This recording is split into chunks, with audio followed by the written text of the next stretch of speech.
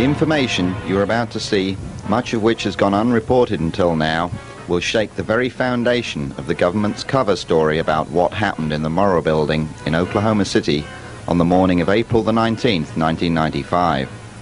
The news staffs of ABC TV and radio, CNN, Associated Press, as well as those of Time and Newsweek magazines, have known most of these facts for several months. They have chosen to ignore everything that does not seem to further incriminate the FBI's designated guilty parties. For the next 90 minutes, settle back in your easy chair and place yourself in the jury box. You will be seeing evidence that the juries in the real-life trials of Timothy McVeigh and Terry Nichols may never be allowed to see. Some time ago, a number of calls came into our network here at White Springs that indicated something was very wrong in the Oklahoma bombing matter. Families of the victims spoke out. They said things were not as the national media was portraying supposed facts. We started looking into the Oklahoma bombing and became more and more concerned, to the point where we commissioned this team to take cameras, investigators, and reporters to Oklahoma City and elsewhere to try to put the pieces together. Expensive, dangerous, but somebody has to do it. What follows now is their report. Hi, I'm Pat Shannon.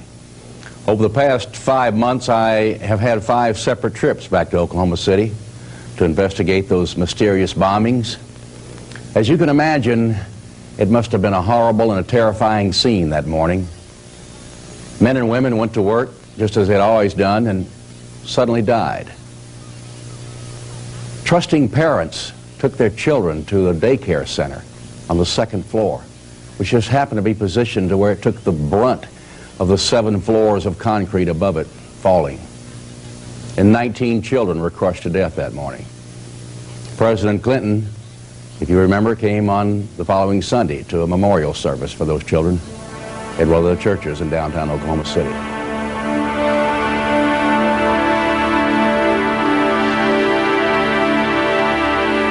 In our private investigative circles, we refer to the bombings, plural, because while indeed there may have been an explosion in a Ryder rental truck outside on the street that morning, there also were multiple explosions inside the building. Now, why the federal investigators and the establishment media refuse to acknowledge these facts, we cannot say. Why the BATF refused to answer any questions? For 35 days, they were challenged on no one being in their offices that morning. They were finally forced to yield to pressure when a mother who had lost 2 of her babies in the nursery that day came forward on national television to challenge them. At which time a director, District Director Les Martz from Dallas, said that indeed there were 5 agents in the building. In fact, one of them, their local director, Alex McCauley, was riding on an elevator at the 8th floor with the DEA agent, and at the moment of the explosion, they fell to the 3rd floor. But Les Martz lied. Our later investigation proved this. Did Timothy McVeigh and Terry Nichols really pull off the greatest mass murder in American history? Would a 26-year-old Timothy McVeigh, with just a few years in the military, have the experience and the knowledge to be able to do this? And if so, would he be stupid enough to drive up the highway at 85 miles an hour with no tags on his car? And if he were stopped by the highway patrolman, Charlie Hanger, as he was, would he hesitate to kill one more after murdering 169 people? Why would the President of the United States and his Attorney General make accusations of people and groups around the country, accusations that they knew not to be true? Why did the governor of Oklahoma, Governor Frank Keating, attempt to thwart a member of his own party, Representative Charles Key, who simply wanted and asked for an independent investigation outside of the auspices of the FBI? These are a few of the many, many questions we've been pursuing all summer and will pursue in the next 90 minutes or so. But when we finish, you may have more questions than answers. J.D. Cash is an investigative reporter whom I had the good fortune to meet on my second trip to Oklahoma, and who has worked very closely with me on this case. He is a lawyer who at age 40 retired from his business in Tulsa with enough means to pursue his long-suppressed desire to be a writer. When the explosions in Oklahoma City captured his attention, he immediately began to investigate the discrepancies in the accepted story, the single blast theory. Now, several of his articles about the contradiction of facts in this tragedy have been published locally, but he began to notice that when his editor submitted his articles to the Associated Press, they continually were being ignored. When he finally inquired in person with AP as to why they were not running his articles, he was told by the bureau chief in Oklahoma City that they had been asked by the FBI not to pursue the Middle East connection. But J.D. Cash is a tenacious reporter whose experience in the legal profession long ago taught him not to write anything that he cannot document. He has collected astounding facts that you are yet to hear from your television network news. The 1st of May, I started making some phone calls. There were some things that I was saying on the national news that didn't add up, and there were some questions. There were a lot of questions that the national news wasn't even asking. And so I started making some phone calls, and immediately ran into the Assistant Fire Marshal, Dick Miller. And Dick, I wanted to know where the ATF, DEA, and Secret Service was maintaining their magazines in the building.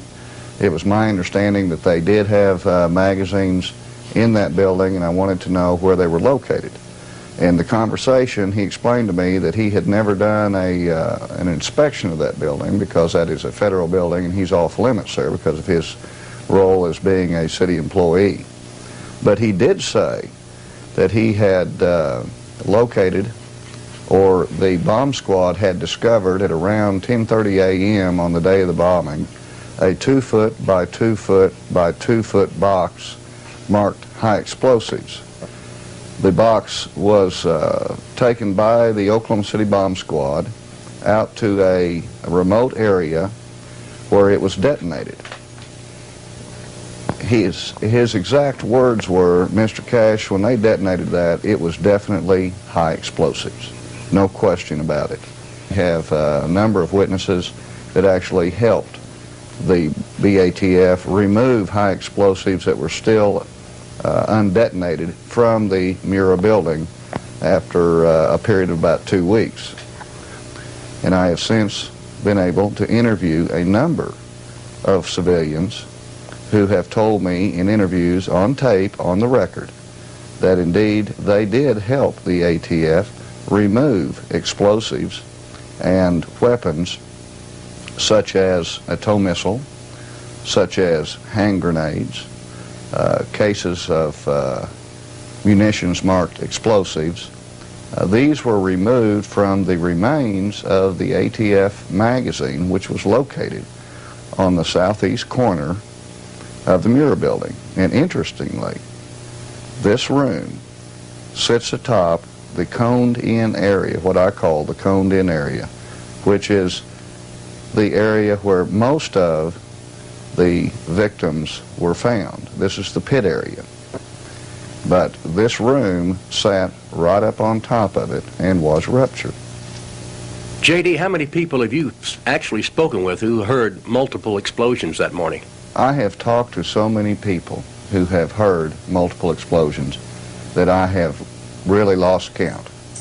We call them the Two Blast Club. Actually, it's no longer a point of dispute, especially when you're interviewing someone who has a military background. Those are the people who have, especially combat veterans who have been under fire. They're very attuned to explosives. I even talked to a demolition expert who was sitting in a cafeteria in Edmond, some 30 miles from the blast site. And it is his custom, when he hears a blast, to use his feet to count the subsequent blast, to check for it. And he says there was no question there were 2 blasts that day. And I asked him, I said, well, why do you use your feet? And he said, well, you can't really trust always trust your hearing. And he said, the reason why I'm alive today is when we set out multiple charges, we use our feet to make sure that all of the charges that we have set off have gone off before we go back and approach the area. So it's just automatic. Speaking of these explosive experts, did any of them comment to you on the impossibility of an ammonium nitrate diesel fuel bomb being capable of doing this kind of damage? To the last person. Every time I interview someone for my articles or for a subsequent book, always at the end of the interview or at some point in the interview, I ask them, what stands out in your mind after having been there that day or during the rescue effort? What's the most amazing thing that you saw? And 2 out of 3 times these people say the condition of the building, that they had never seen anything so torn to pieces. And anyone who has ever been through that building who is willing to be honest will always say, look at where the crater is, look at where that area, that coned in area is. It doesn't make any sense. Obviously, there were other explosions in that building that day, and that is universal. Michael Hinton was born in Atlanta, but spent much of his early life in England. He works as a lobbyist at the Oklahoma Capitol building. In April, he lived in the YMCA building on Northeast 5th Street, and his daily routine was to catch the city bus that stopped across the street in front of the Murrah building at 8:50 a.m. On the morning of the blast, having just missed his usual bus by a minute, he made a fateful decision. Had he not made the right one, he undoubtedly would have been the 170th person to die in explosions. Mr. Hinton has definite convictions about the question of a second blast.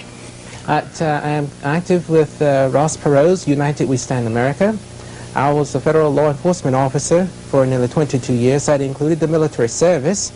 And I'm here actively in the Oklahoma City area where I'm continuing my duty and service to my country.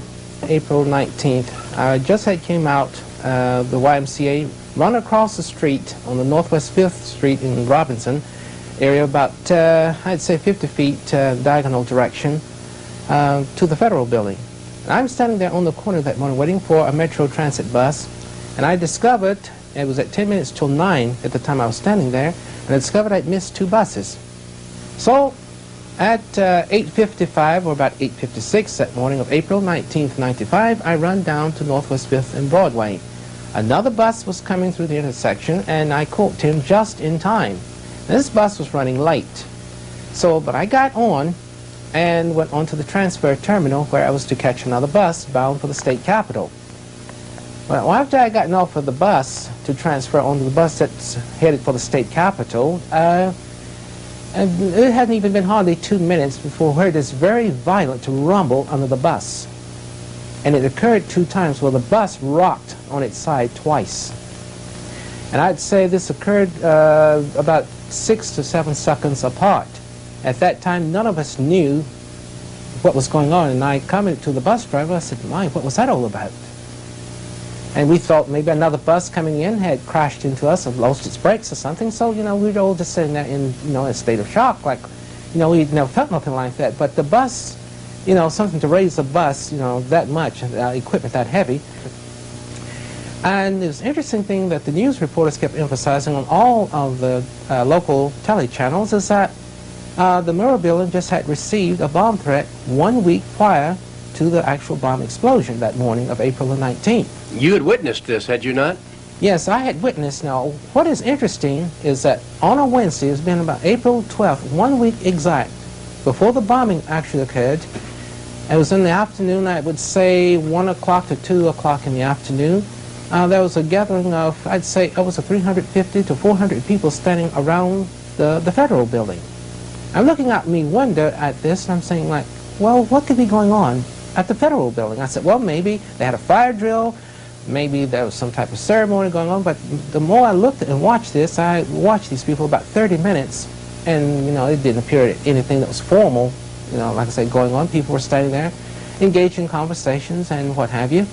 So I started to go across the street and inquire, and I said, well, maybe it's just a fire alarm went off or something, so I paid no more attention to it.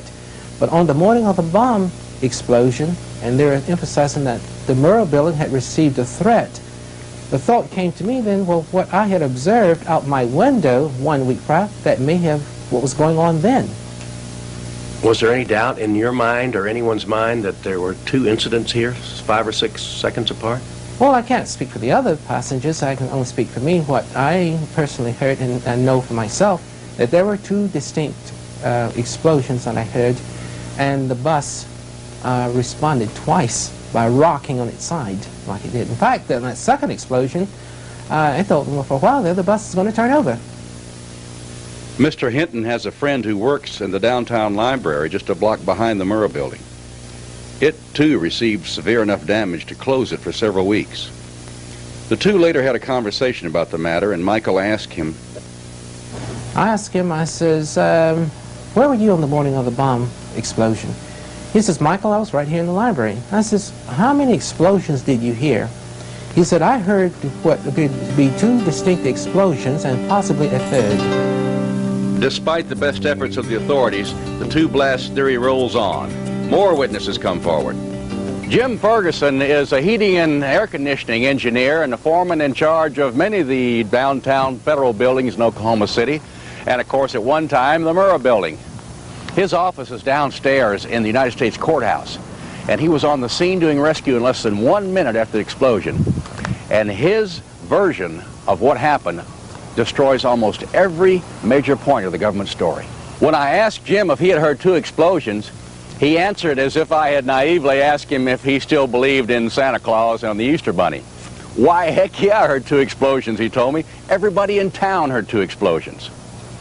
His wife, sitting at the table, then told us that she and her mother-in-law, Jim's mother, were at the farmer's market about 1.5 miles southwest of the Murrah building that morning. They heard the first explosion, turned to see what was going on, saw a cloud rising from the Murrah building, and about 5 or 6 seconds later, she described it, saw a second mushroom cloud rise from the building following a second explosion. ABC Television's Good Morning America wanted to talk to the maintenance crew at the federal buildings. Jim Ferguson, of course, was part of that. And all went well until he began to tell about bullets zooming by his ear a half an hour or so after the explosion when he was doing a rescue on the 3rd floor.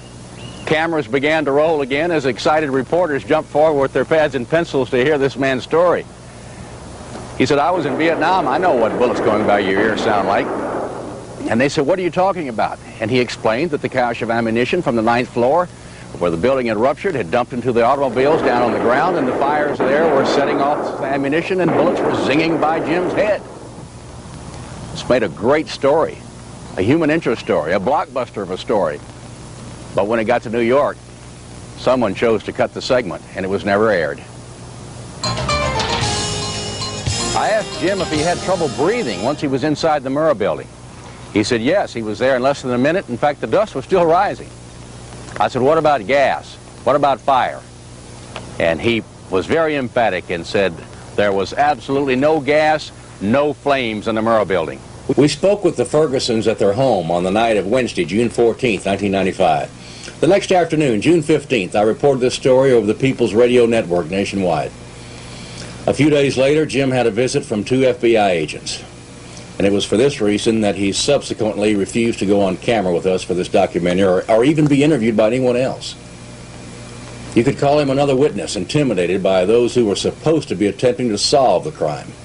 Now, I'm not an explosive expert by any means, but however, to a man, you should know that every explosive expert from former Navy SEALs to civilian owners of demolition companies that we talked to have all told us that an ANFO bomb, that's ammonium nitrate fuel oil, ANFO. An ANFO bomb has two glaring signatures, nitrate gas and fire. Even after the flames are out, you can't go near that scene for an hour or two without a gas mask. If the FBI and the control news media were seriously looking for the real facts of the case, would they not attempt to draw conclusions from the evidence of witnesses such as Jim Ferguson? His testimony not only strengthens the likelihood of there having been multiple bombs on the scene, but all but eliminates the possibility of this damage having been caused by an ANFO explosion. The evidence shows that if there even was an ANFO bomb outside, It was only large enough to cause a diversionary effect, strong enough to destroy not much more than whatever vehicle carried it and maybe some windows, but thereby igniting the numerous car fires in immediate proximity and allowing its nitrate gas to dissipate quickly into the open air. According to every independent expert we spoke with, the truck bomb simply could not have been large enough to cause the massive damage seen at the Murrah building. J.D. Cash and I had been wondering how so many ATF agents appeared on the scene so suddenly after the explosion. And if they actually were at work that morning, why were they outside the building and not in their offices on the 9th floor?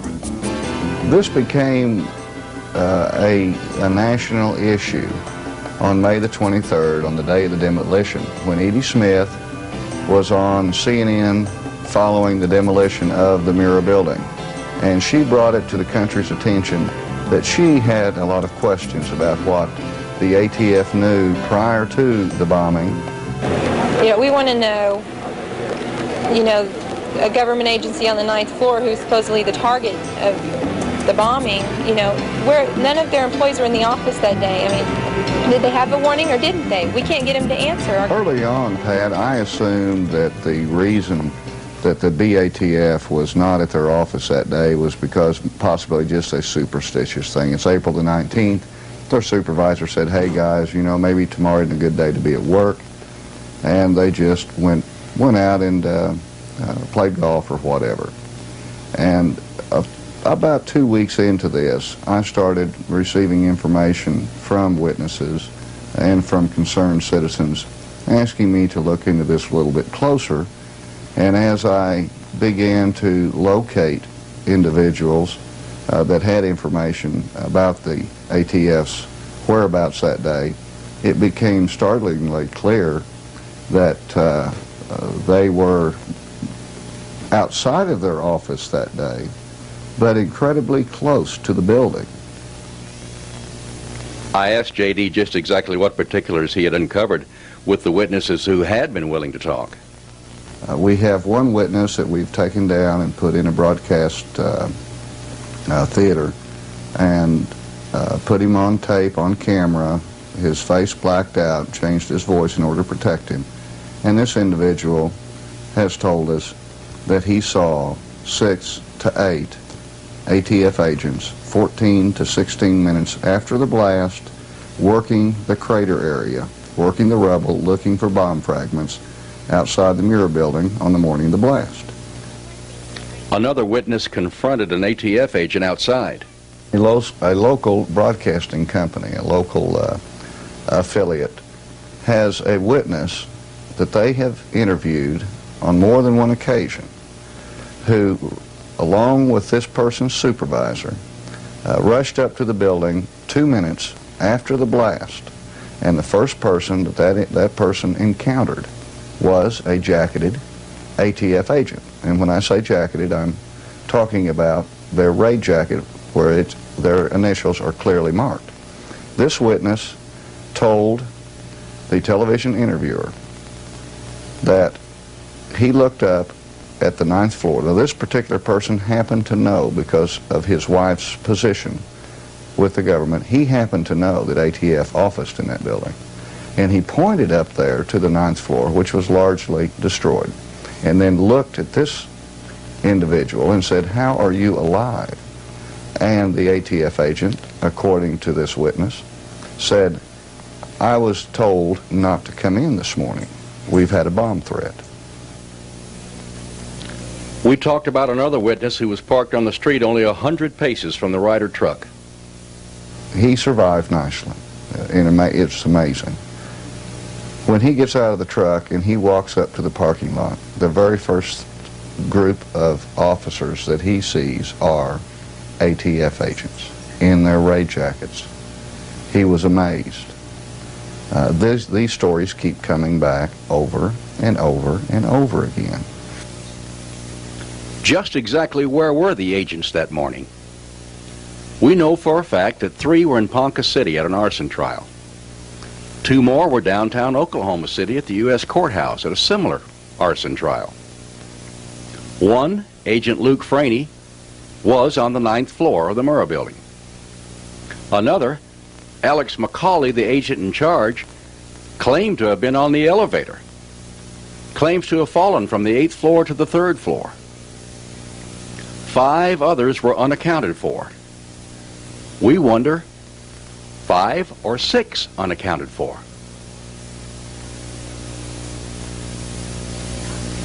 Les Martz put out a memo to all the ATF and IRS offices across the country saying that Edie Smith's accusations were groundless.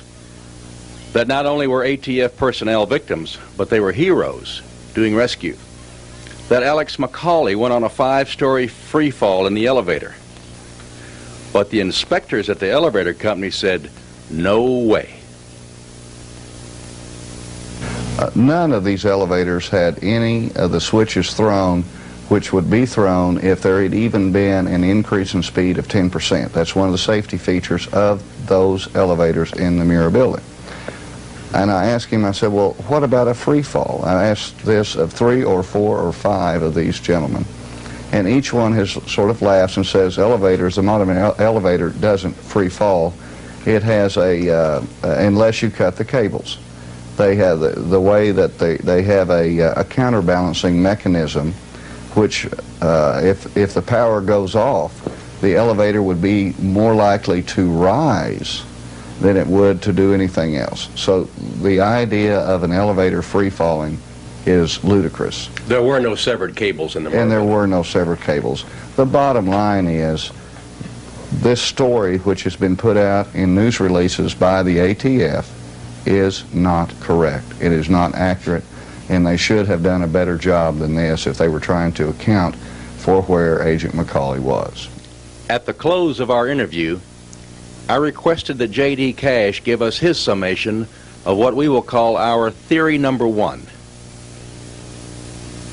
With 3,500 pounds of pressure or more, C4 will be detonated. There's 2 ways to detonate it. You can either use percussion caps, which is what it's designed for, or 3,500 pounds of pressure. That will set it off. If it went off in that way and took out, the only thing it had to do was take out that one pier. Pier number 3 is what we call it. And when that goes, there goes 8 floors, and there's your pit area, and there are most of your casualties that day. But for sure and for certain, the pit area in that southeast area, that coned-in area of the building, the damage was done by a separate blast. It has no relationship whatsoever to the crater, which is more towards the west, and certainly if the fertilizer bomb could do the damage to the southeast area, it would have done it all the way across to the western area. This is a remote area from the fertilizer bomb, if it was indeed a fertilizer bomb. Representative Charles Key is a 41-year-old businessman and not a lawyer, he's quick to point out, now in his 5th term as a member of the state legislature.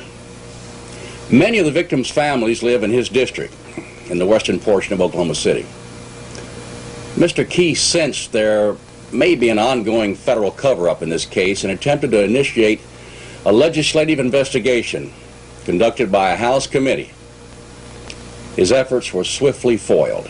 We asked for the Speaker of the House to appoint a special House committee, not a joint Senate House committee, not one created by the governor or anyone else, but a House committee, because the nice thing about members of the House, they have 2-year terms, they're closely aligned with their constituency because of that, smaller constituency, so typically the House feels a little bit closer to the people and moves a little bit quicker on things.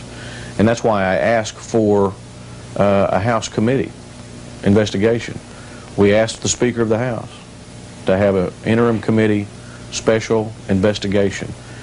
We do that all the time, like probably most legislative bodies do. We have interim committee studies. So this wouldn't be anything that would be out of the ordinary except the topic involved. And we were flatly turned down. Much like the governor said, the Speaker said that we should have more faith in the investigative bodies and that any information we had should be turned over to them.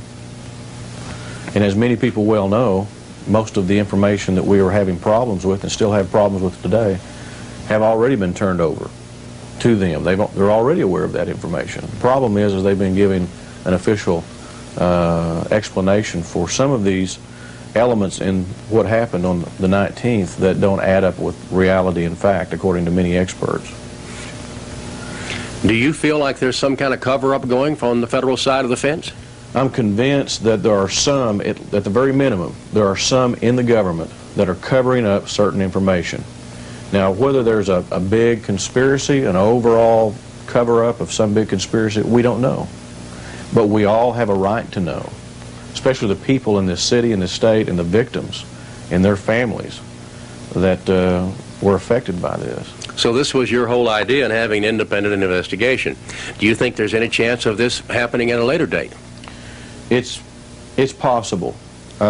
Frankly, I don't have that much faith in our legislative leadership to make that decision, to turn around a decision that they've already made, unfortunately. What did Governor Keating have to say about the idea? Unfortunately, Governor Keating was very critical when he didn't have to be. He and I being of the same party, I thought that he would maybe adhere to Ronald Reagan's 11th commandment and not be critical of a fellow Republican. But he was somewhat critical of me and my request for the investigation when he didn't have to be. And he's been critical of just about everyone that has brought any questions up about what happened on the 19th and whether there was foreknowledge and a number of other issues. We asked Representative Key if there could have been a Middle Eastern connection. We know that in the first few days after the bombing that there were Middle Eastern or Iraqi individuals that were believed to be involved and that were seen leaving the scene of the crime and that were pursued by the authorities. And one of those individuals was called John Doe number 2, and they even put a $2 million price tag on his head. Looked for him for a long time, and then a couple of months later they decide that there was no John Doe number 2 at all. And we know that there is definitely a Middle Eastern connection in this crime. We have other people that have given eyewitness testimony, given 100% ID of individuals that were at the scene of the crime that were of Middle Eastern descent. So we know that there were people involved other than McVeigh that were of Middle Eastern connections. Have you any idea why the FBI would suddenly begin to ignore these people? It has been reported that there are people in Oklahoma City that are former Iraqi soldiers that fought in Saddam Hussein's army in Desert Storm, and that at least one of these individuals may be connected to the bombing in some way. I don't know if that's true yet. We need to know if that's true. We need that to be pursued fully. And if it is, I can see where some individuals may not want that to be made public because of how the public may react to giving asylum to Iraqi soldiers that we fought against in a very recent war. And that might be connected to a tragedy like this. That's pure speculation. But we have that information from good sources, and maybe that's part of the reason why this has been swept under the rug, apparently. Indeed, it may have been swept under the rug thus far, but there are private citizens who refuse to let it remain there. Now, what caused those explosions, we don't know exactly. But the people have a right to know what those explosions and who was responsible for that damage. Glenn Wilburn is a CPA, and he was in his office 18 blocks north of the explosion site that morning. He was on the scene by 9:20 and remembers the inordinate amount of jacketed BATF agents who were already there.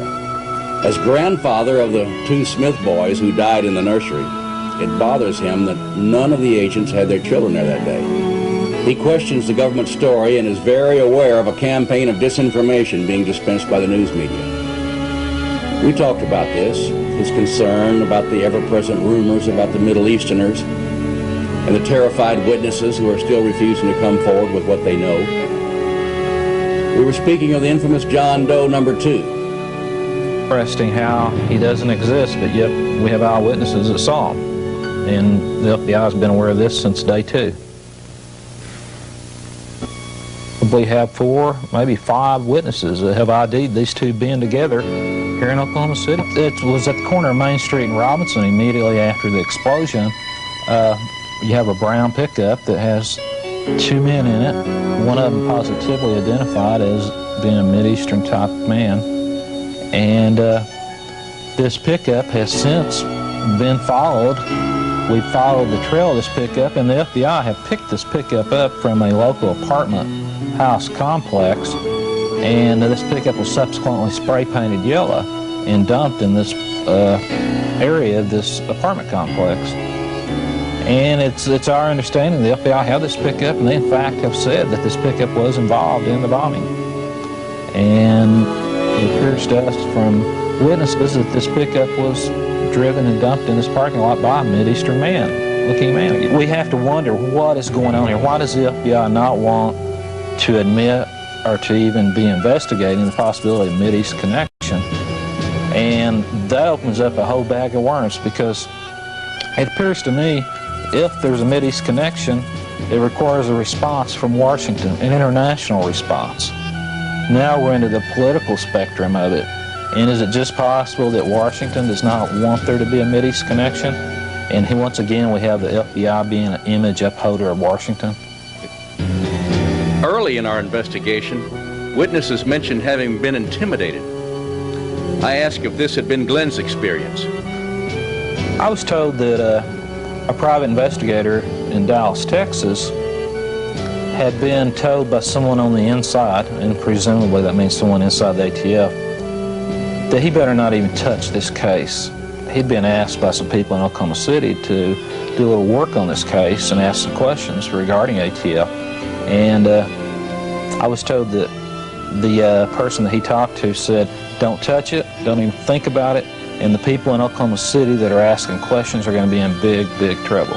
During the massive manhunt for John Doe number 2, as amazing as it sounds, we got a call from the FBI wanting to inquire about my 14-year-old son, how old he was and where he went to school at, because someone had told them that he looked like John Doe number 2. Oh my goodness. Now he's 14 years old, and of course I was livid, and I don't know if it's just intentional harassment or if it's simple incompetency on their part, but they did have the audacity to call here. Well, we're still grieving over the loss of Chase and Colton and want to know about my 14-year-old son. The day after Edie's story seemed to expose the ATF's absence, the family was paid a visit by IRS, ATF, and the United States Attorney. But Glenn had a question for them. In the short time they were here, I said, you know, now that we know the significance of April the 19th, we know that to the militia it is a very important day. There are significant things that have happened before on April 19th. And there was a significant thing happening that day on April the 19th in Arkansas. April 19th had a lot of symbolism. And I asked them, I said, you know, as professional law enforcement officers, and it's your job to just try to stay up with these things and know of times when there's danger. I said, did it not occur to you there could be danger that day? That it just might be a bad day somewhere? And of course, both the ATF agents said absolutely not.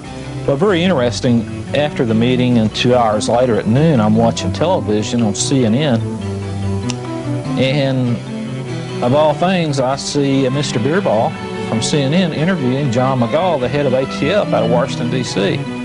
And it's kind of deja vu, because Beerball asked the exact same question to Mr. McGaugh that I had asked to the agents in my living room that morning. I was very concerned about that. We did some things here in headquarters and in all of our field offices throughout the country to try to be more observant. But it was primarily, we didn't anticipate something like this. We were thinking about, you know, demonstrations and things like that. He saw this only 2 hours after his morning meeting. What were his feelings? I'm assuming they lied to me. Somebody lied to me. Either McGaugh lied on national TV or the two guys in my living room lied to me. Somebody was lying that morning. It appears to me.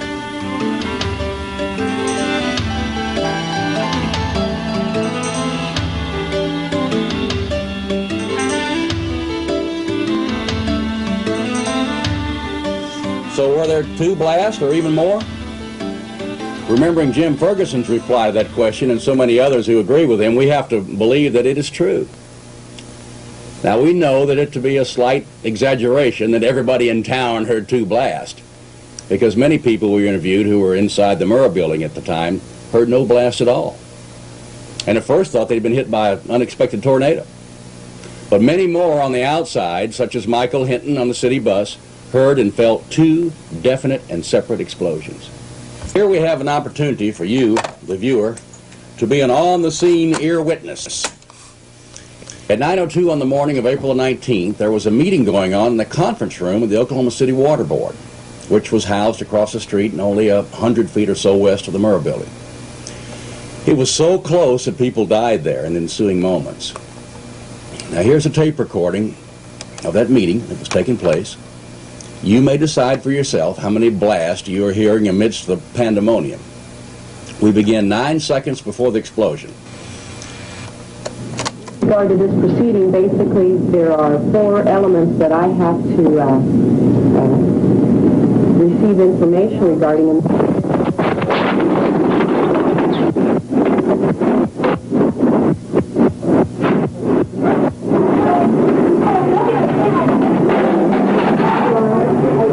Everybody, let's get out of here. Now, what's the electricity line?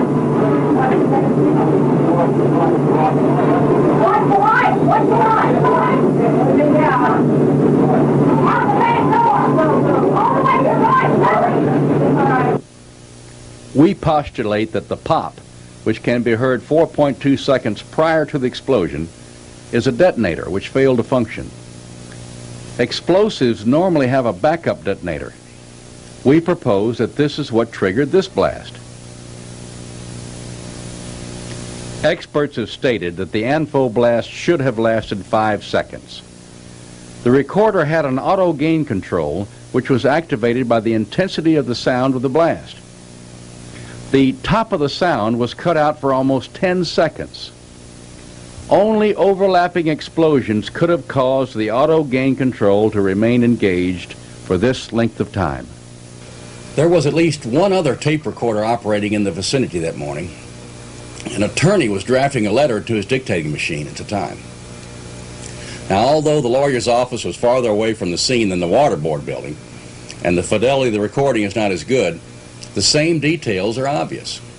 A pop precedes explosion by precisely 4.2 seconds on this one too. This data, of course, is insufficient to reach any firm conclusion. However, it would seem apparent that an event which preceded the truck bombing by 4.2 seconds was recorded at 2 separate locations in Oklahoma City. This, coupled with the information recorded by the seismograph machines in Norman, should have been cause for further investigation. Dr. Charles Mankin is the man in charge of the Oklahoma Geological Center at Norman, which is 16 miles south from downtown Oklahoma City. His credentials are impeccable. His knowledge of the celebrated seismogram from 9:02 a.m. on April 19th may be surpassed only by that of his colleagues, Drs. Ken Luza and Ray Brown, who also just happened to concur with Dr. Mankin. In layman's language, something happened in that event to cause 2 separate bleeps of some 5 seconds each to appear on the seismograph. So having that kind of information was puzzling as to why you'd have 2 separate events that gave virtually identical signals. Dr. Mankin explained that he and his colleagues believed this to be caused by subsurface structures creating a delay in the signal's travel time, thereby reflecting a mirrored event. However, he was quick to point out, so while that explains the rationale for the 2 different signals, we're still left with the issue of how do you explain the duration of each of those signals. The seismic evidence combined with the audio recordings points to a dual explosion larger than possible with a single ANFO bomb. This precludes the theory of McVeigh and Nichols acting alone, unless it can be proven that one or the other was inside the building that morning.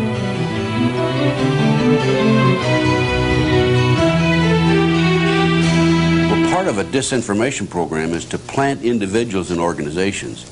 This is common.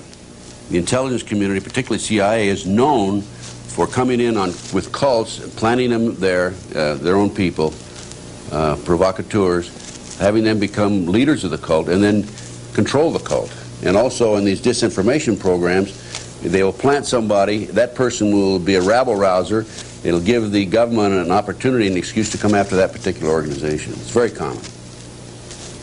Ted Gunderson is a retired senior special agent in charge of the Los Angeles office of the FBI. Today he's a private investigator, and renowned trial attorney F. Lee Bailey once dubbed him as unsurpassed by any in the country. Supporting theory number 1, we have presented 11 thought-provoking points.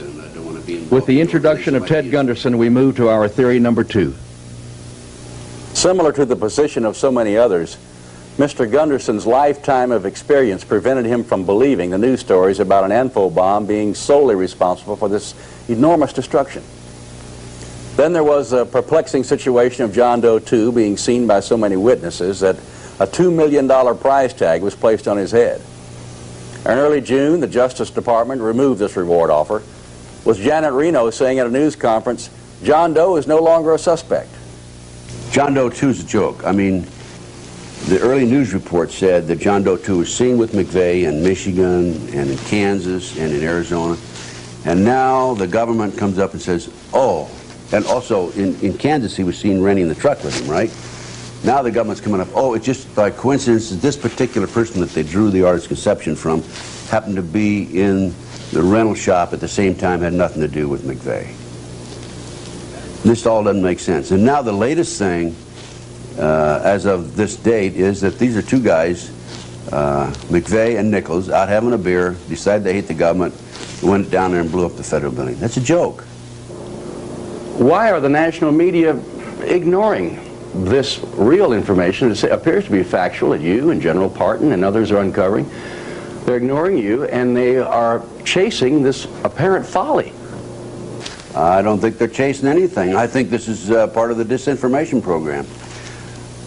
I've penetrated... It's by design. It's by design. Investigator Gunderson alleges that he has, with others, infiltrated several clandestine organizations whose modus operandi is to compromise political figures and thereby dictate their voting behavior, a technique that has now been expanded to include key figures in the national news media to further the organization's own agendas. It is clear from Pat Shannon's own research that the national news media are aware of the major differences between the evidence and the official version of events in Oklahoma City. However, they still choose to support the official story. A shabby commentary on the condition of the Fourth Estate. So as a result, these people, or some of these people, are running the news media. They're paying the bill, so to speak. So they're being, as far as I'm concerned, the major mainstream media is being manipulated, maneuvered by the businessmen. They don't dare come forward with this two detonations and these other theories. Ironically, according to Anthony Summers' new book about your former boss, J. Edgar Hoover, those are the tactics that he became infamous for using from about 1930 to 1970. Well, let me put it this way. I don't think we have time to go into J. Edgar Hoover. I will defend him as a great leader, and he put a great organization together. We had no corruption, virtually no corruption at all when he was the head of the FBI. So I don't think we need to get off onto that subject, but I'll say this, that we didn't have the corruption in the... Ted believes that often the national media will pretend to be interested in things that they really are not. April the 26th, I learned that ABC Television and 4 other members of the media had been into the University of Oklahoma, obtained the information about the two detonations. Then about 2 weeks later, ABC TV came to town, called me from a motel, said they wanted to interview me and wanted my material. They couldn't meet with me right at that moment. They said they would talk to me later. And I said, well, in the meantime, I'll fax some material to you at the hotel room or the motel room. I did. I never heard from them again. So they never did the interview? They never did the interview. And I think that they were in town just to find out what I had, because this was early in the investigation. And I had been on a number of radio talk shows and so forth. Plus, I sent out, when this initially broke, I sent out a lot of information on my fax. In fact, I probably sent out over 200 faxes around the country. It was picked up and rerun. Also, it was on the internet. But they didn't want to interview me. They didn't want this information. They only wanted this information to find out what I had, as far as I'm concerned. And ABC TV had this information earlier. They have never used it. The two detonations were mentioned, I understand, on one occasion on CNN, but they haven't been used since then. Ted, it appears that the only way people are able to get the truth from this whole fiasco is from the underground network, so to speak. It seems that even the people in the highest echelons of government are participating in some kind of cover-up. Do you agree with that? I agree 100%. We furnished our material to Senator Arlen Specter early in the investigation. I sent him a fax. Said, I'm former #2 man in the Philadelphia FBI. I was there when you were U.S. Attorney, and I've met him in the past when he was there as the U.S. Attorney. And I said, I have some very important, critical information for you. Please contact me. I haven't heard from him yet. This is several months ago. So, also the FBI. We furnished this information to the FBI. About 10 days after I furnished it to the FBI, I received a phone call. The agent said, I received this fax. You want me to send it to other FBI field offices around the country? I said, well, you can do what you want to do. I sent about 200 of them out. I don't think it's going to make any difference one way or another now. But in the end, the bottom line was he wanted to know where I lived and what my phone number was and so forth. And I said to him, hey, please come out and interview me. Because I not only want to talk about this, I want to talk about some of the other things I'm involved in. The only responsible person, quote-unquote responsible, who has contacted me or done any follow-up that I've furnished this report to is Stephen Jones, McVeigh's attorney. A nice letter back from him. You will be contacted in the future and so on and so forth. And as a matter of fact, his investigators have already interviewed my associate and me. Nationally syndicated talk host Anthony Hilder compared the Oklahoma bombing to the Reichstag fire in Germany in 1933, which was committed by one political faction and successfully blamed on the opposition. Hilder was one of the first to interview Ted Gunderson after the Oklahoma City tragedy. Is this something that occurred as a result of talk show hosts like myself inspiring some crazies to get out there and take out a federal building, or is this not in fact something that was set up for the purpose of frightening the population of this nation into surrendering our rights for a new world order? I'll have to say, in all honesty, in all sincerity, there's no question in my mind, and this is my opinion, that an incident occurred or was established or happened that was planned, and the purpose of that was to enrage the American public and to make sure and force Congress to pass anti-terrorism legislation, which we do not need, but which at the same time would imperil our civil liberties and further erode our civil rights and help destroy what we believe in our Constitution. You know, they're encouraging and asking that new legislation be passed, anti-terrorist legislation. I have with me the guidelines of the current guidelines of the FBI in investigating terrorist acts.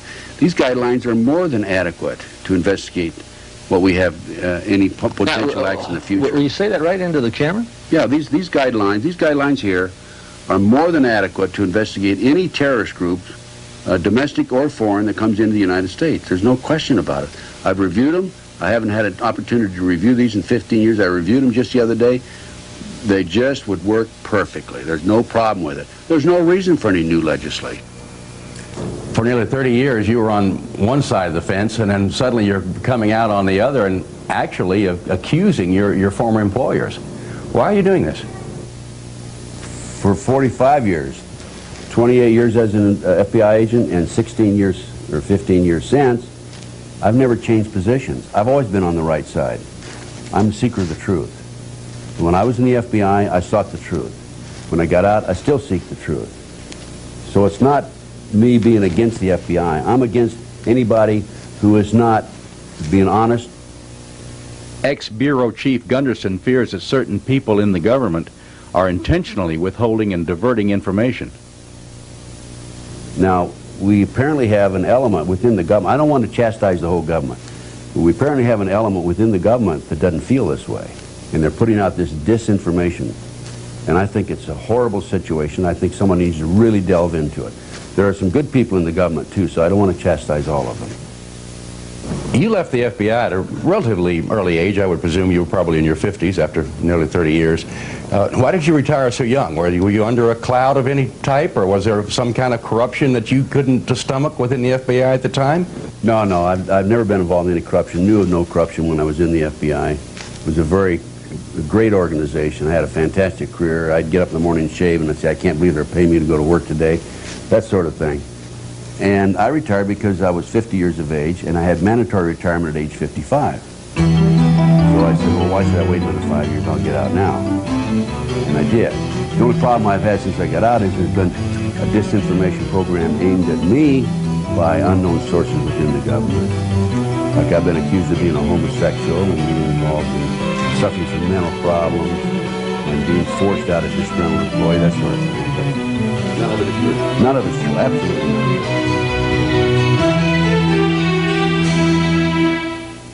Mike Reconnaissance is probably one of the 12 most brilliant men on earth. This man is known to us only as Ray, and he agreed to go on our cameras only on the condition that his face be shadowed. He was recruited into the CIA by a 20-year veteran operative to work with one Michael Reconnaissance. They were to build portable electronics labs to intercept communications. These were highly technical and sophisticated command posts known as C3I, which stood for Communication, Command, Control, and Intelligence. We're being fed the information secretly, and we know what's going on. I would prefer believing General Parton's explanation than the ANFO explosion. Of course, we have our own definition of what happened. Their own definition of what happened is the super bomb, which has been touted for months by Ted Gunderson on talk radio. Now, the way our pineapple bomb works is that a cloud of aluminum, silicate, lead azide, and a few other ingredients is set up so that a specific chain molecule exists, permeates the air all the way around the pillars and so on and so forth. And this cloud is energized with a high voltage pattern, a specific high voltage pattern, which produces a sort of a stairway pattern in the molecular structure of the cloud. Part of that pattern is a hydrodynamic generator, a hydrodynamic power generator, an energy source, shall we say, permeating the cloud, which is then energized with another energy source and then detonated. And this causes the cloud itself to explode in such a fashion so that if the cloud is circulating around the pillar, then it crushes the pillar from all sides and turns that pillar literally to dust and leaves only the rebar behind. So if you've got this cloud permeating all the way around the first floor, wherever it is, anything in its path gets crushed, imploded to dust instantaneously. And when that happens, of course, there's nothing left to hold up the floor is above, so bang, they come down like a pancake. How does this coincide with the 5 or 6 second differential seen on the seismograms from Oklahoma Geological Center? Well, the delay in the two detonations is very critical. In fact, it's one of the most critical aspects of the bomb that gives it away. And so I'm not going to comment how accurate the seismographic delay is. I'm going to say that it's within the accuracy range that it should be to fit our bomb signature. Could your bomb have been numbers 2 and 3 that people heard? Absolutely. In fact, that's what I'm proposing that happened. The number 1 was the ANFO, number 2 was the setup explosion, and number 3 was the final detonation. Michael Reconnaissance. He's currently serving a 30-year sentence in the South Carolina Federal Penitentiary. He and Ted Gunderson have been acquainted for more than 15 years. They worked together on cases that resulted in 5 murder convictions. Michael Reconnaissance is one of the developers of the barometric bomb. However, he claims that in 1991 he was framed on drug charges by factions in the government in order to get rid of him. His documentation of being drug clean and company tests for years prior to his arrest tends to substantiate this. Investigator Gunderson and I traveled to a federal penitentiary in South Carolina. We wanted to talk with Michael Riconosciuto about his drug conviction and also about this super bomb which the government denies exists. Looking at General Parton's photographs, they very dramatically show the elements of the structural steel rebar protruding in the bomb debris. And this is a type of damage that is not possible with an ammonium nitrate fuel oil or ANFO type bomb. An ANFO bomb has a lot of gas pressure and very little brisance or shattering power. And at the range that bomb was detonated, to do that type of structural damage this far into the structure, here you can see on the columns here the pieces of rebar completely exposed. Ordinarily it would take a contact type explosive to do that kind of damage. We ask about telltale signs. The signature is one of blast damage or shattering power, which is characteristic of a very high order explosive. The detonation velocity of our bomb is in excess of 20,000 meters per second. There is no known chemical explosive that has that much brisance. It is a type of explosive detonation device which is developed out of the nuclear weapons program. And this is not your garden variety detonator circuit that you would find in, say, the DuPont Blaster's Handbook, which is the Bible of the commercial explosives industry. Even in ordinary conventional military explosives, you would not find a detonator of this sophistication. The only place you find this sophistication is in nuclear weapons triggers. Are you then saying this was a nuclear weapon?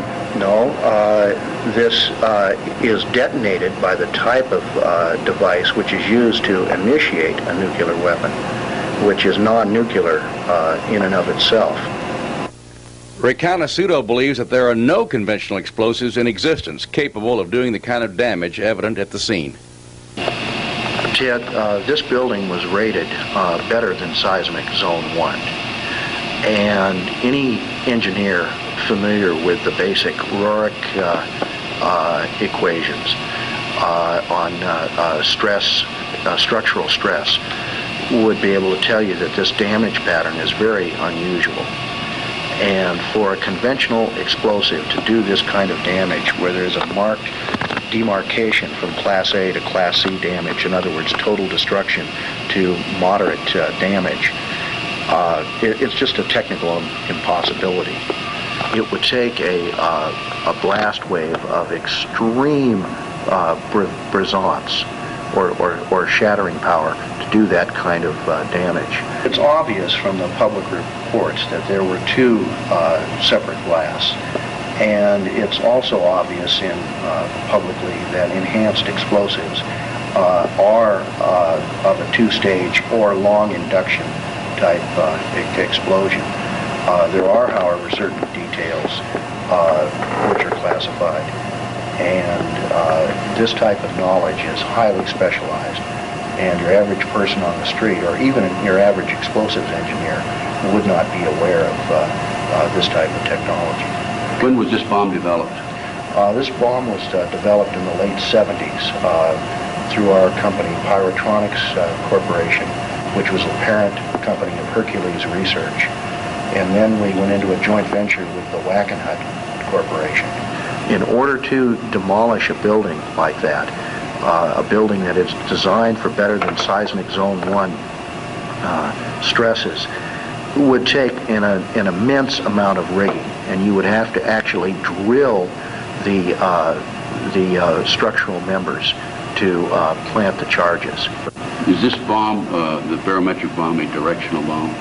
Yes, the blast dispersion can be precisely controlled.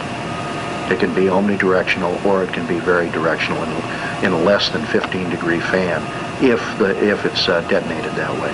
Michael, assuming that the building was drilled and wired, could it have been done from closing time on Tuesday night before 9 o'clock in the morning Wednesday? Absolutely not. It would have taken days to prep a building like that. Does this bombing fit the signature of any other bomb other than the barometric bomb? None that I know of. Do you have any knowledge of the barometric bomb ever having been used before other than during experimentation? Yes, it was used to take down a high-rise apartment building in downtown Beirut in retaliation for Mr. Buckley's torture and death. What year?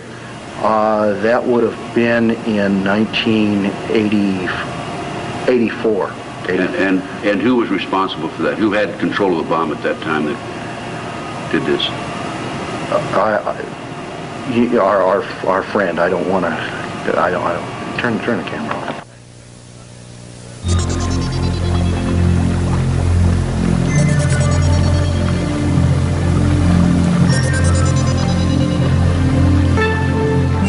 In 1989, Michael Ricano Suto's laboratory was burglarized and the top-secret barometric bomb prototype was taken.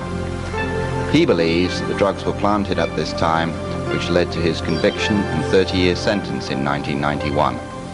This has become known as the Aberdeen burglary. Mike, what would tie the Aberdeen burglary into the Oklahoma City bombing? Shortly after the bombing in Oklahoma, I talked to a Treasury Department agent, and he told me that microtaggants from the devices that were stolen in the Aberdeen burglary showed up in bomb debris. He said the lab at the forensic testing lab the Treasury Department has in San Francisco found it. Is there any way that more than one of your bombs, we'll call it, could have been used at the Murrah building? It wouldn't have taken more than one. So you're saying one could have done the damage that we see, two would have done much more than we see? Absolutely. One would have. I'm surprised that so little damage was done. The microtaggants are required by law in commercial explosives in the United States, and they're like a serial number, and they will survive a blast. And that way the forensic bomb investigators can recover bomb blast debris and identify the source of the explosive if it was a commercially made explosive in the United States. The components that we were using in our research program were required to have microtaggants in them in case anything ever happened to them where they got into the wrong hands. Your contacts in ATF, have they told you that this is the bomb that could be traced back to Aberdeen, Washington? They told me that the microtaggants from the detonators that were reported stolen in the police report that we filed, that Raymond and Carl Worth had filed with the Aberdeen Police Department, are the ones that showed up there specifically. In the Oklahoma City bomb? Yes. If the testimony from these ex-government agents is true, it points to a much more ominous bomb being present at the Murrah building on April 19, 1995.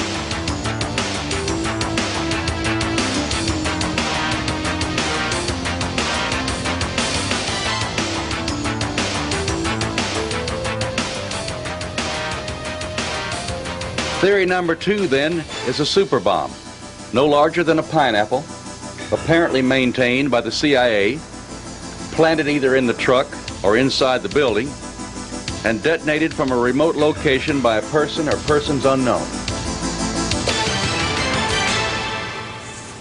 Brigadier General Ben Parton of Alexandria, Virginia. He holds a Distinguished Service Medal. He's twice received the Legion of Merit. He was a distinguished graduate of the Air War College. He holds 2 master's degrees and is a candidate for a PhD. His expertise over most of his 31-year career in the United States Air Force was demolition, and he headed up the Explosives Research Laboratory for the Air Force. He knows how buildings fall and what the identifying signs are as evidence of detonation after they have fallen. He could tell immediately from nothing more than pictures in magazines that the American people were not being told the truth about the Oklahoma City tragedy. In mid-May, a 7-page letter went from the retired Air Force general to Senator Don Nichols of Oklahoma, imploring the senator to take steps to stop the demolition of the Murrah building on May the 23rd. To allow this building to be demolished would be tantamount to the commission of another crime. At a minimum, it would be destruction of evidence, said the former high-ranking military officer. We caught up with General Parton in Albuquerque, where he was presenting all these findings on the subject to a large audience at the University of New Mexico.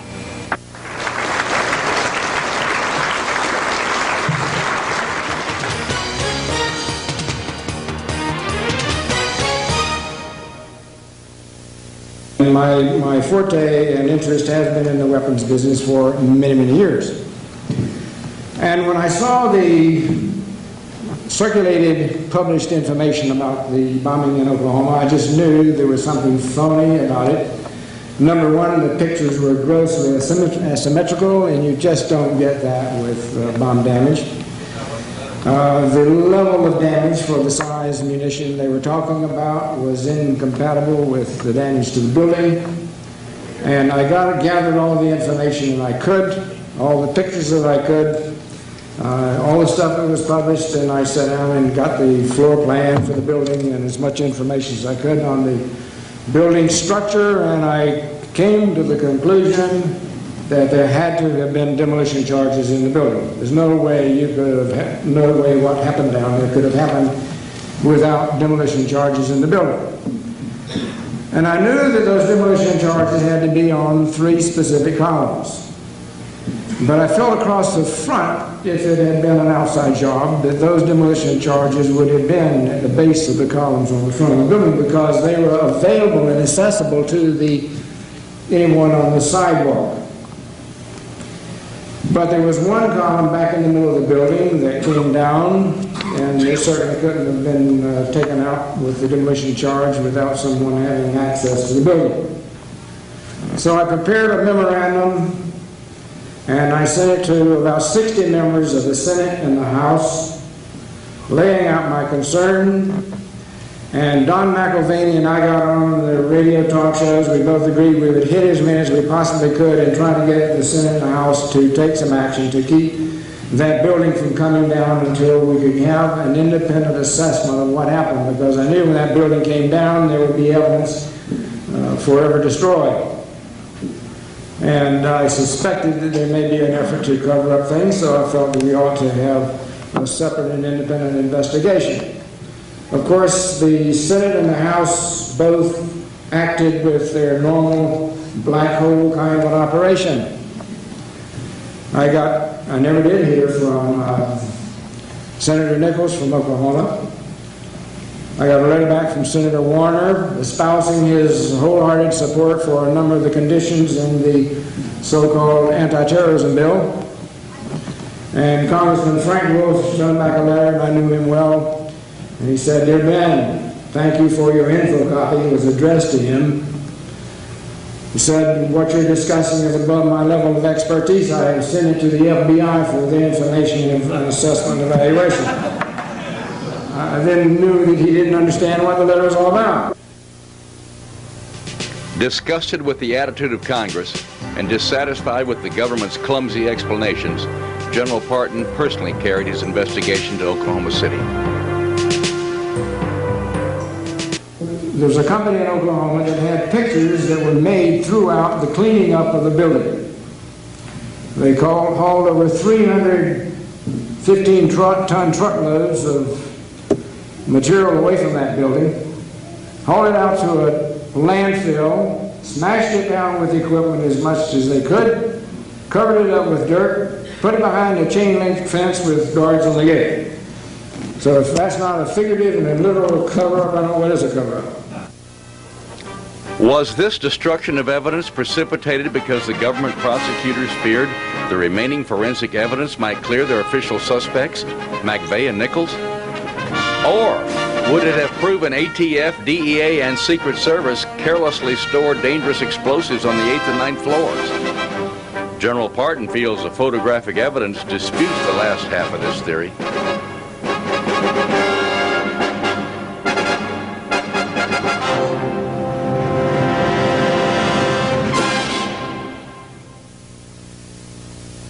And here is the stub of column B3. And the top of that column is at the 3rd floor level. And if you examine that column closely, you can see that the rebar is still sticking out the top, and it has all the appearance of a demolition charge, the kind of damage you would get from a demolition charge at the top of that column, where it had a juncture with floor number 3. General, would you explain to us the particulars, what your message is? What are you trying to get across? Well, I'm trying to show, with this layout of the building structure, the pattern of damage that was done to the building from whatever was doing damage. And what I found that you had demolition charges in the building plus the truck bomb outside. Now this is the pressure pattern that you would get from the truck bomb located at this position. And that's about the size of the explosive charge of 4,800 pounds of ammonium nitrate with enough fuel on it. And even though you had about 500,000 pounds out here per square inch, by the time that pressure wave got to the first point of contact with the building was right here, you're down to about 375 pounds per square inch. Now the columns with the X's you've marked are on the 3rd floor. The columns with the X's I marked are the columns that I concluded were taken out by demolition charges. At the 3rd floor level? At the 3rd floor level. A blast. There was a blast from the truck bomb. There was? There was a blast from the truck bomb. Not strong enough to damage the header or blow it in. That's right. But as I indicated, there is the evidence from the pictures that show that these columns were failed by demolition charges. With evidence inside, was it really necessary to destroy the Murrah building? General Parton asked that question too. And I talked to the architect, as I indicated before, and the architect told me, and this is the one who was there supervising and advising on shoring up the building. He said the building that was standing was sound. It was his recommendation that the building be rebuilt because everything still standing was structurally sound, and he felt the building could be rebuilt. Pat Shannon asked General Parton if this could have been a staged event in order to accelerate the passage of anti-terrorism legislation currently before Congress, which, if passed, would undermine American civil rights. These are his conclusions. They were federalizing crime in this country when the Constitution clearly leaves it in the local level, in the state level. They were giving the FBI and the BATF and any law enforcement agency in this country powers over the American people that the American people had never seen before. It's the same kind of power over the people that the Gestapo in Germany was exercising and the KGB in Russia were exercising. And I just didn't want to see that imposed on the people in this country. Now we come to our 3rd and final theory.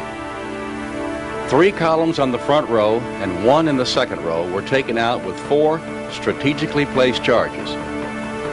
As in theory number 2, the ANFO bomb outside in the truck was no more than a diversionary tactic and did little damage. So we have 3 possible scenarios now. 3 situations that could have happened. None of which fits into the government's cover story of a single ANFO explosion on the street and of Tim McVeigh acting alone. However, we believe we can correctly assume that there was an ANFO bomb that exploded in a truck outside the Murrah building. So at this point, we must suppose that one of 3 things happened. First, Tim McVeigh, along with John Doe 2, whoever he is, and acting in concert with absolutely no one else at the scene, parked the truck loaded with explosives, ignited it at the scene with the fuse or from a remote location moments later, and set off the blast.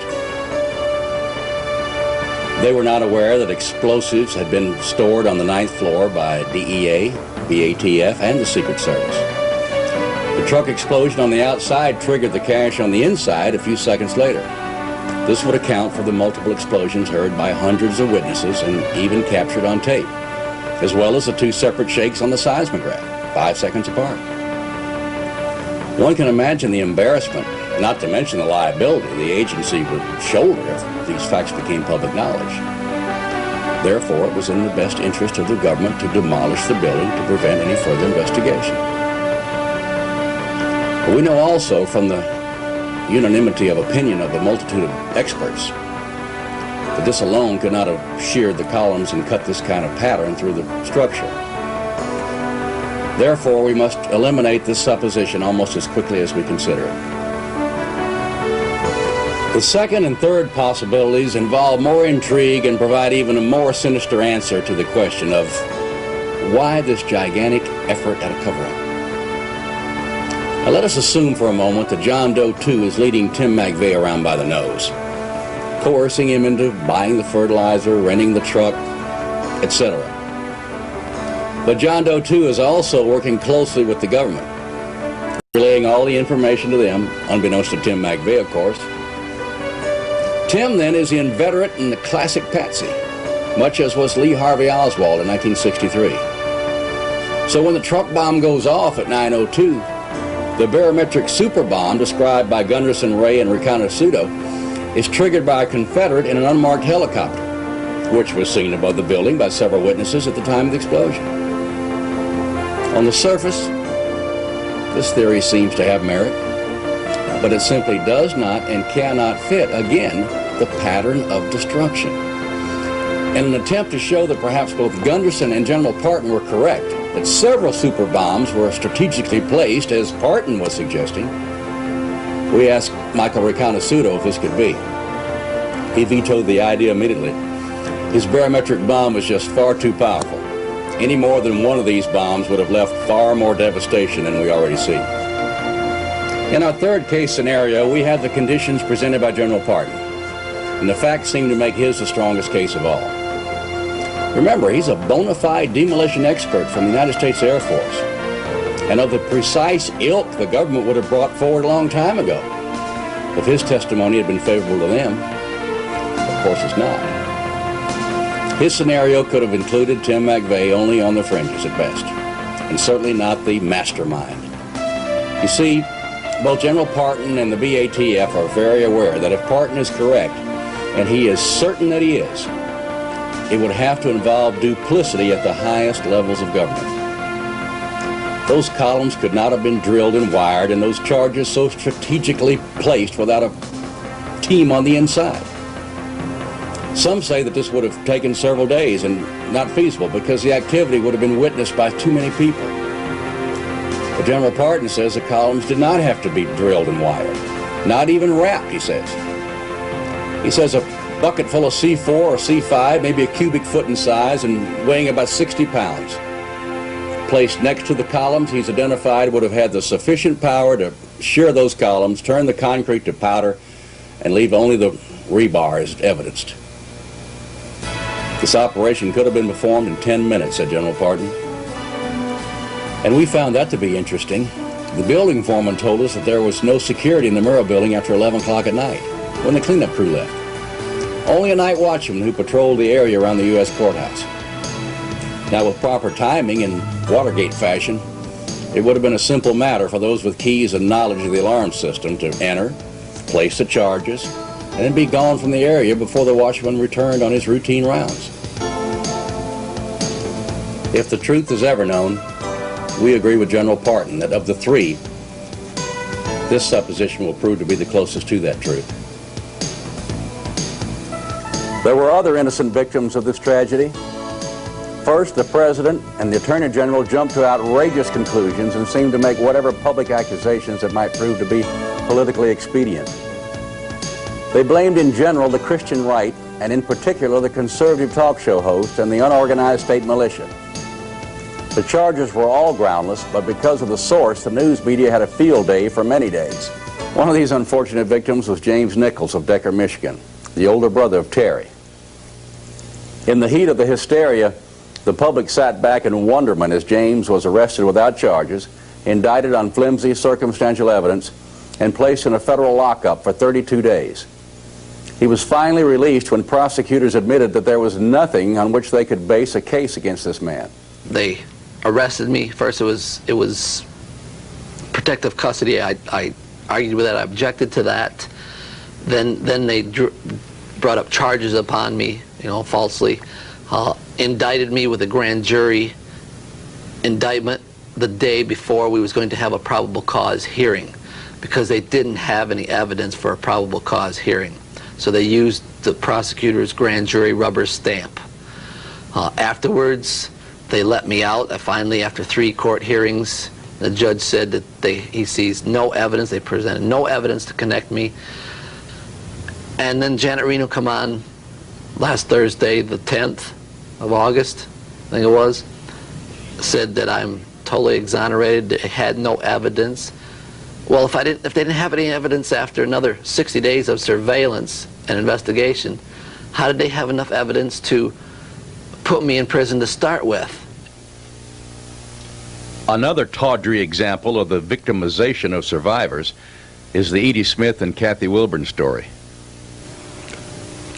So then all the letters that you received from the Red Cross, none had any money in it? No, they didn't. And they were opened no matter how it was addressed, and this became a concern to me because there was such a massive volume of mail.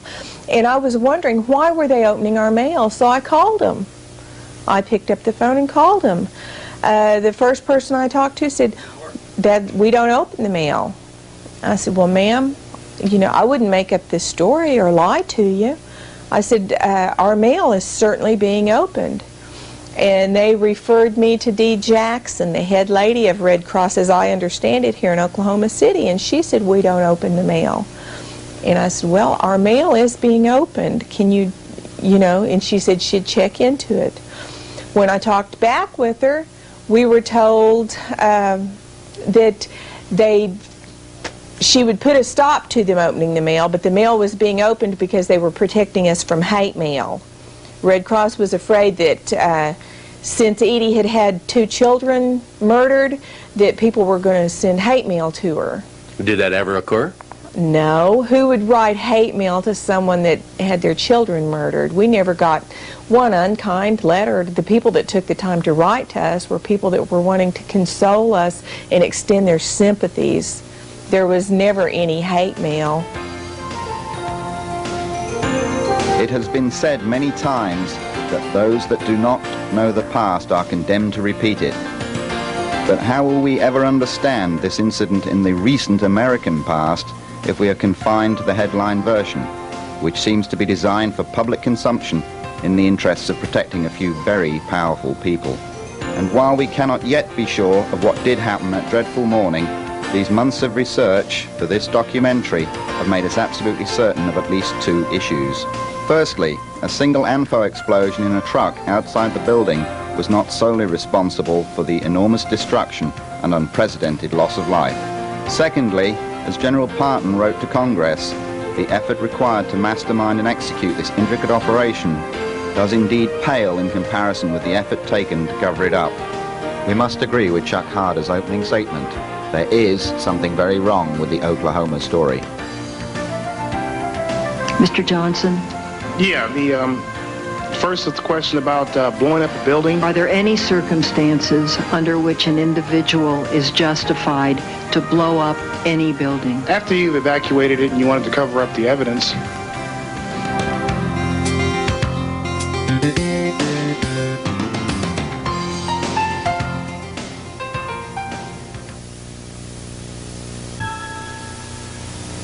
Some very big news in the Oklahoma bombing matter, starting off with USA Today newspaper. A little cut line on the front, it said, Oklahoma bombing, some grand jurors dozed during key testimony, says dismissed grand juror making waves with comments on how case was shaped. Well, that's how you sanitize it and kind of take the blow out of it. And then the story, of course, on page 3, a former juror impugns bomb case proceedings, and hints apparently in the copy of something much, much more. We have the gentleman on the line with me right now. Hoppy Heidelberg, how are you? I'm fine. Good. What do you want to tell America? What happened in that grand jury room, and what is the straight skinny on this Oklahoma bombing? Well, nobody knows the straight skinny. At least I don't. That's just what I'm trying to find out. Okay. My whole purpose for going public is to try to, force the issue, and let's find out what's going on. What can you say, and what has you upset? Well, I can't. You understand? I can't say anything about what actually happened during the proceedings of the grand jury because that's secret. But I don't have a problem with telling you what didn't happen, and really what didn't happen is probably more upsetting than what did happen. Okay.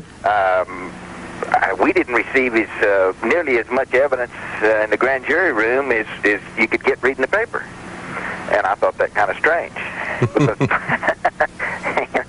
If I wanted to find out anything about the bombing, I was better off reading the local paper than listening to the testimony.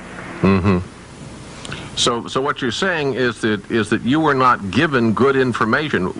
Why would you think that would be?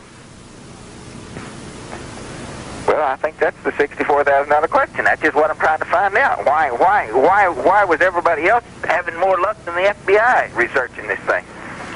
Well, let me ask you a couple questions. Did it ever come out, or can you comment as to any kind of delays that occurred in the rescue operation? Was that ever talked about, or can you comment on that? No, I don't know anything about that. Okay. What about other stuff found in the building, such as explosives or what have you? Did they talk about that, or can you comment on that? No, there's not going to be any discussion about anything like that. Okay. Can you comment, or what is your concern, or I don't know quite how to word it, but in the newspaper here, in the USA Today, it says that you're concerned that prosecutors did not provide information about the possible involvement of others in the case, particularly a suspect referred to as John Doe 2. When you add others in the case and suspect John Doe 2, you have a conspiracy, don't you? Well, there's some evidence that there were a number of people involved. The only evidence that I've actually heard is, and the only physical description I have of any of the other parties is John Doe 2. His physical description is, he's a rather unique person, and there's only one like him, and everybody that's seen him describes him the same way, so we sure know he exists. We don't know about the others. Okay.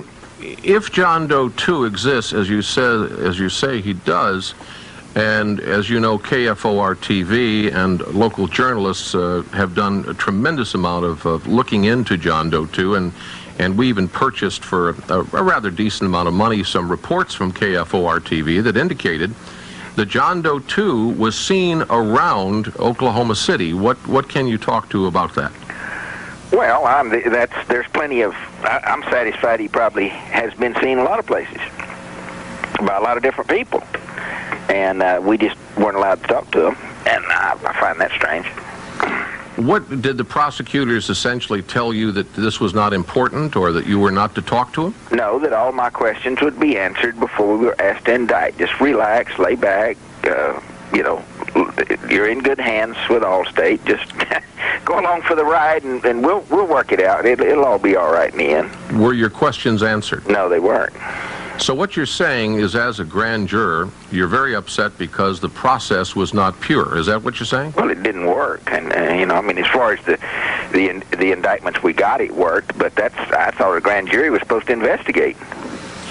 Well, you and I both know that a grand jury is supposed to investigate, and a grand jury is supposed to ask questions. But you're telling me that your questions went unanswered and that you did not get cooperation. Is that what you're saying? That'd be an accurate description. I don't mean to put words in your mouth, but are you saying that there was any kind of a cover-up by prosecution, or a lack of prosecution, or a withholding of prosecution? That's what I'm trying to find out. And obviously you never will now, because they kicked you off the panel. Well, unless there's another investigation that turns up evidence of any such things that you're discussing.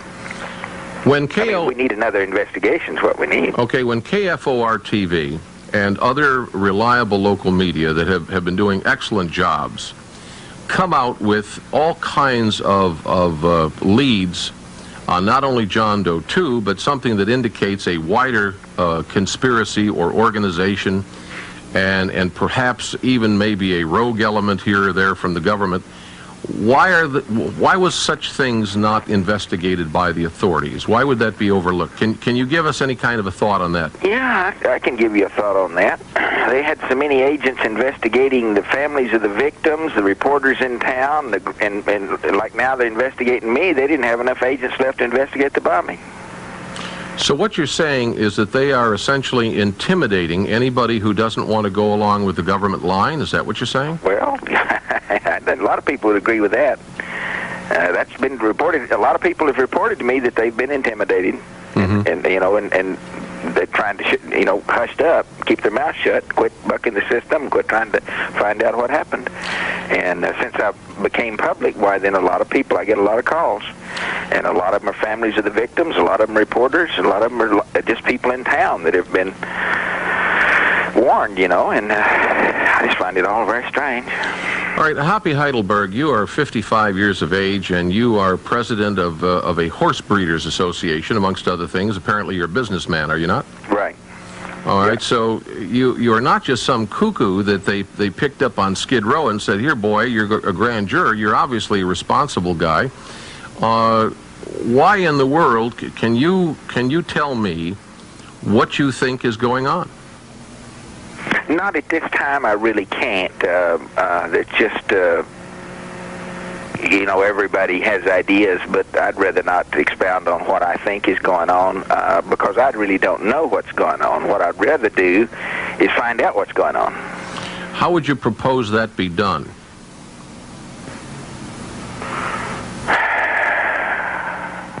Well, enough pressure was finally put on the Ruby Ridge situation that it's kind of coming clean, and enough pressure, maybe we find out what really happened at Oklahoma City.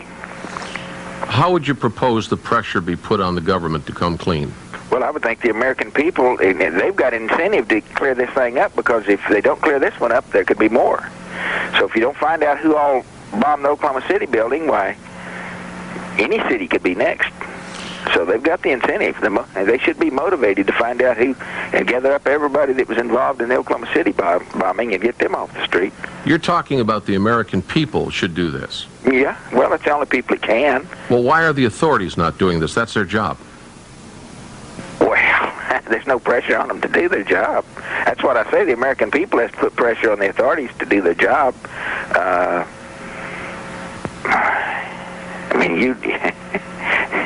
A lot of people have jobs they don't do. They just draw their pay. We're talking to the man that USA talked to, USA Today, and he is a former juror, a former grand jury member at the Oklahoma bombing case. His name is Hoppy Heidelberg.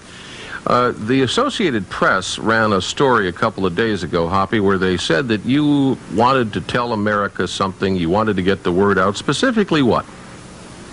Well, a lot of things are run in the paper, that are opinions of people other than me. Okay. I mean, it's not so much that I want to get the story out, is that I want to, I guess the story I would put out is that the American people need to resume the responsibilities that were given to them originally, and because when they abdicate responsibilities, vacuums don't exist long, and the government's all too willing to move in.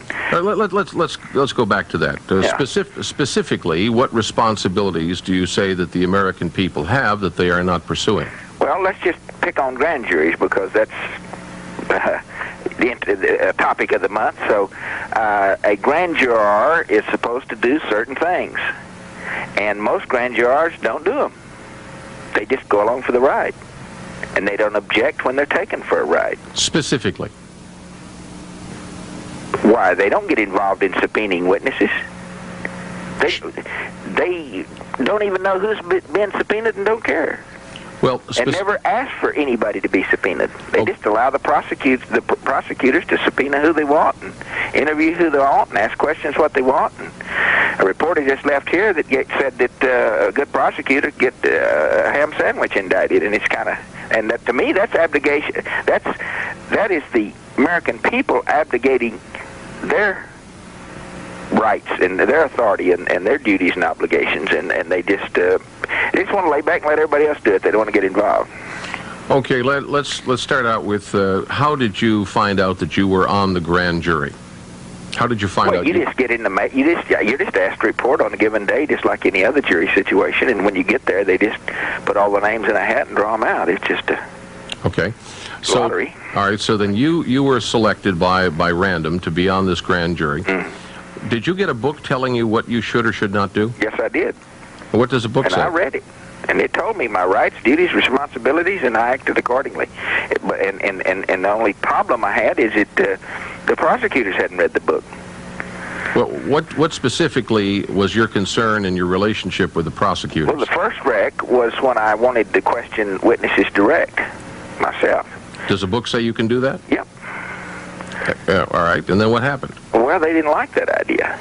Well, why would a prosecutor not like you to ask a question of a witness if the book says you can do it? Well, that's a good question. I think that's something we need to find out. I think that's something that we're probably going to make some changes here in the grand jury system. And I bet in the future, grand juries have the ability to exercise their rights better than they have in the past.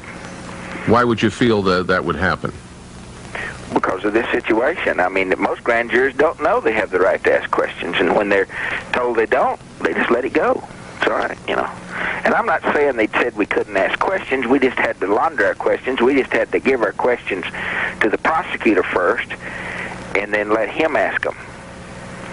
And well, I don't understand. That's not my style. I mean, that's not what I wanted to do. I don't understand if the book says that you, Hoppy Heidelberg, as a grand juror, have the right to ask a direct question of a of a witness, and the prosecutor says, "Don't read the book. Hey, kid, don't read the book.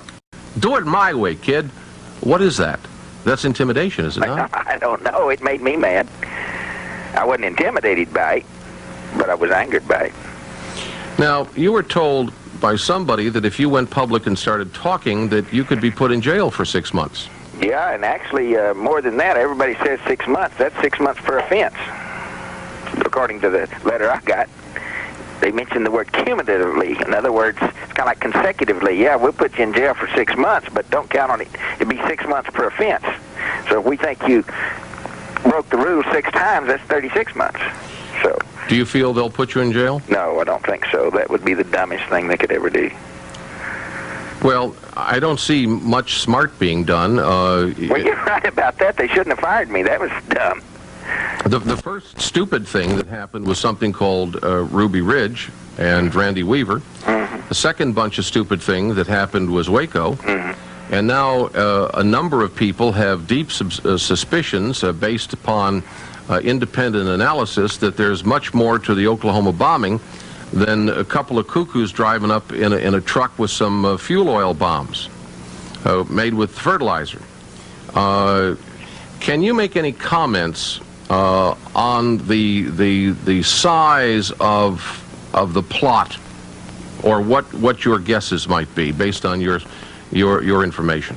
I just don't have enough information yet to make a comment on that, and I think that's unfortunate. I think I should have. As a grand juror, I ought to know a lot more than I know. How long were you sitting on this grand jury? How many days were you in session? I can't tell you. I wouldn't if I could, and I can't tell you because I'd have to do a lot of research to figure that one out. Well, how many hours were you sitting there, would you say? Was it weeks, months, days? Well, it's not every day. It's months, but it's not every day for months. Okay.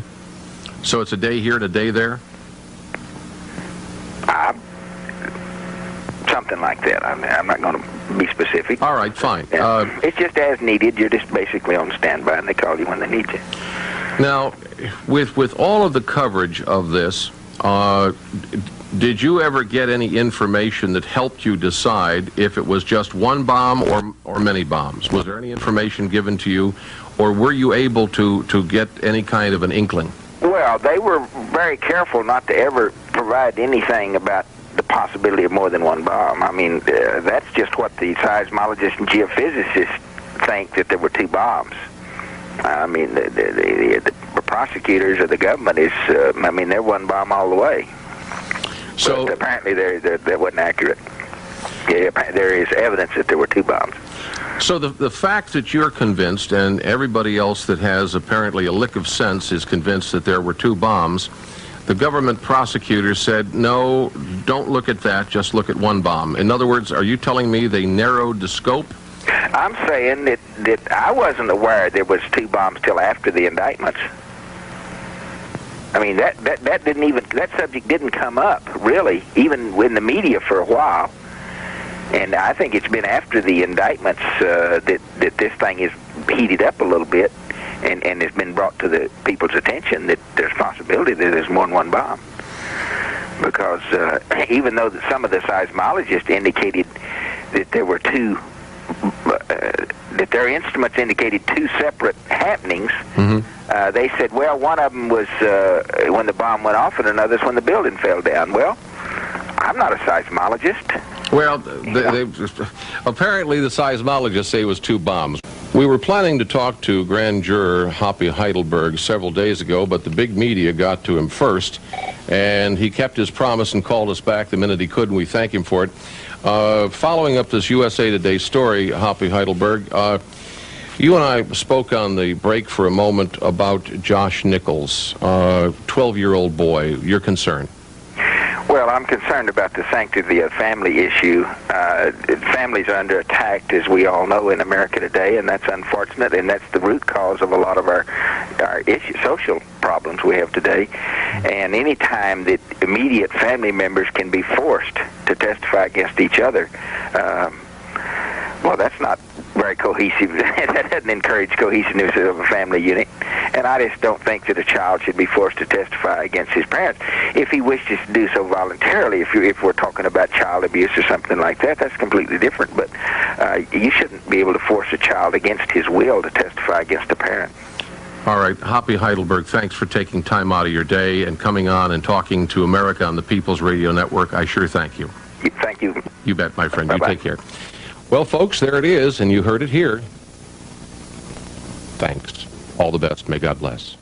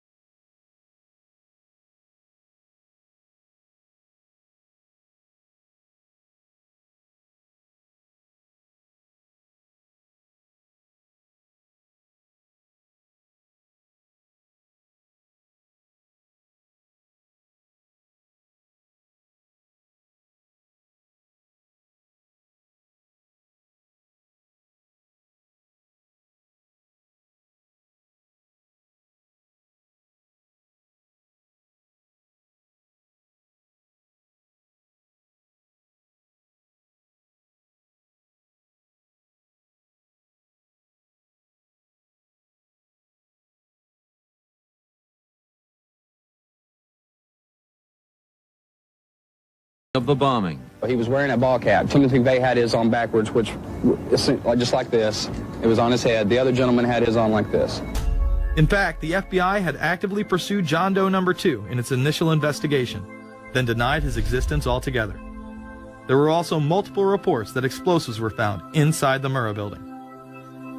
The Justice Department is reporting that a second explosive device has been found in the AP Murrah building in downtown Oklahoma City. Mike, you're still with us, aren't you? Yes, I am, and I might tell you in addition to that, that in fact what we were told at the scene a few minutes ago was that in fact 2 different explosive devices were found in addition to the one